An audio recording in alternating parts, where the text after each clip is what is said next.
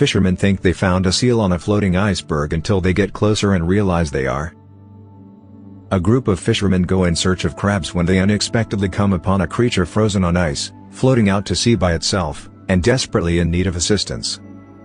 They think this is one of the ordinary marine creatures they typically see, such as a seal. But what it really is alters their journey and their lives for all time.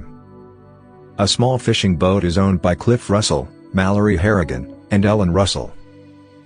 Together, they searched the Labrador Shore for interesting things, and they just came across something that filled the bill. The trio, who are from a tiny fishing community, had just been avid boaters.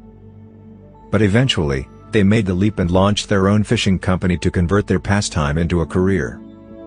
Mallerie and her workers departed that day as they normally did, excited despite the frigid Newfoundland weather.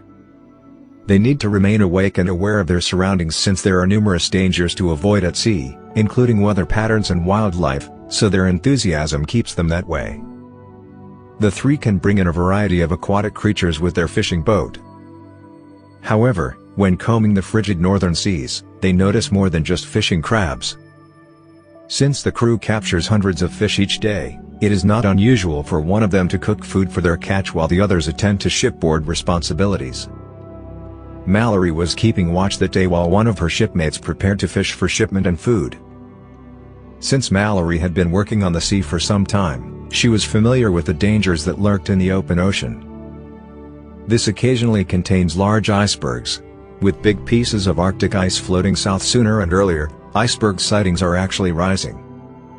Mallerie and her fellow sailors maintained their course through each season, but they were constantly aware of the ice's potential for peril.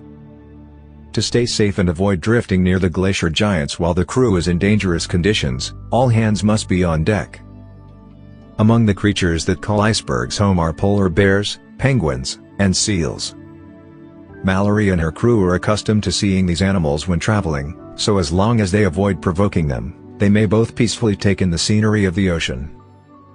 They were trawling for crabs one fateful day when they discovered something completely odd. On a big but quickly thinning piece of ice, the fishermen noticed a strange animal floating on an iceberg in the distance. At first, they assumed the creature was an Arctic seal. When they came closer, they started to panic, but then it nearly completely melted out from beneath it.